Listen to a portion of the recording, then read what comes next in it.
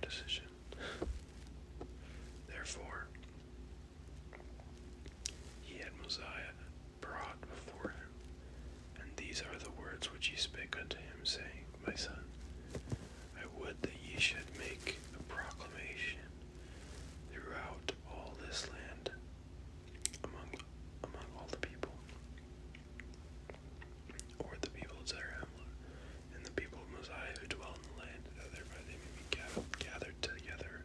For on the morrow I shall proclaim unto this my people out of mine own mouth, that thou art a king and a ruler over this people, whom the Lord our God hath given us. And moreover, I shall give this people a name, that thereby they may be distinguished. They may be distinguished above all the people which the Lord God hath brought out of the land of Jerusalem. And this I do, because they have been a diligent people in keeping the commandments of the Lord. And I give unto them a name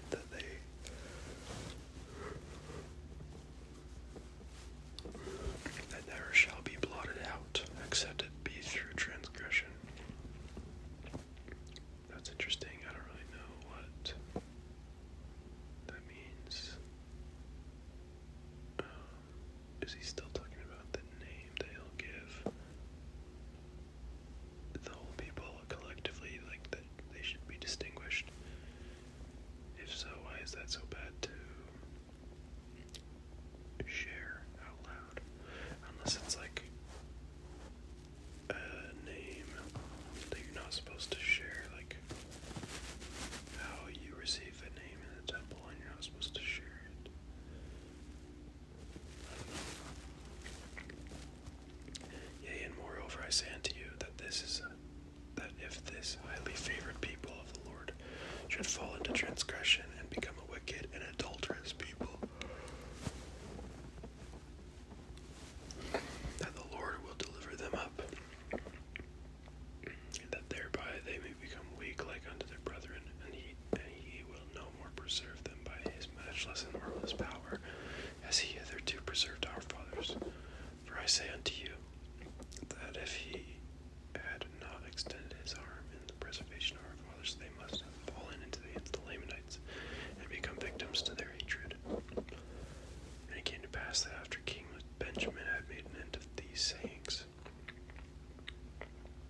to his sons, that he gave him charge concerning all the affairs of the kingdom.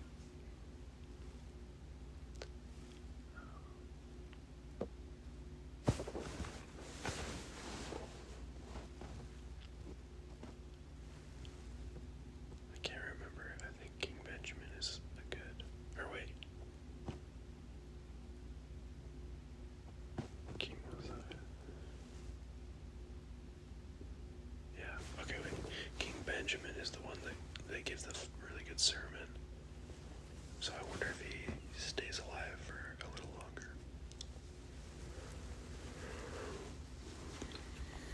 And moreover, he also gave him charge concerning the records, which were engraven on the plates of brass, and also the plates of Nephi, and also the sword of Laban, and the ball or director, which led our fathers through the wilderness, which was prepared by the hand of the Lord, that thereby they might be led, everyone according to their heathen diligence which they gave unto him.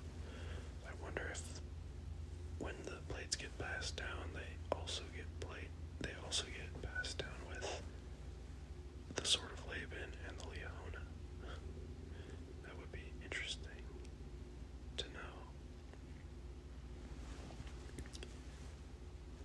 Because when did they get lost, I wonder?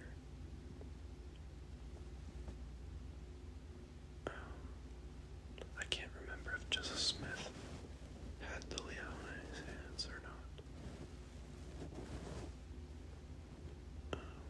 Or like the sword of Laban. But it sounds like they're passing both of them down along with the plates from generation to generation. So I wonder when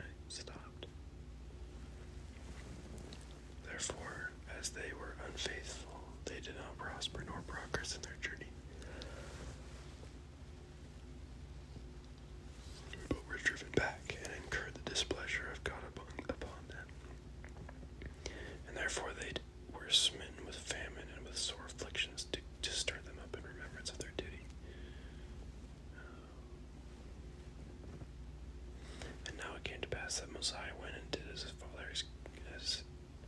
his father had commanded him, and proclaimed unto all the people who were in the land of Zarahemla, that thereby they might gather themselves together to go up to the temple to hear the words which his father should speak unto them. Okay, so kind of in this chapter we're just kind of learning that King Benjamin is soon going to pass through the veil of mortality, and that he wants to bestow the kingdom upon one of his sons that he chose, King Mosiah. Mosiah seems like a good guy. King Benjamin seems like a good guy. Seems like in verse 17, if I'm understanding this correct.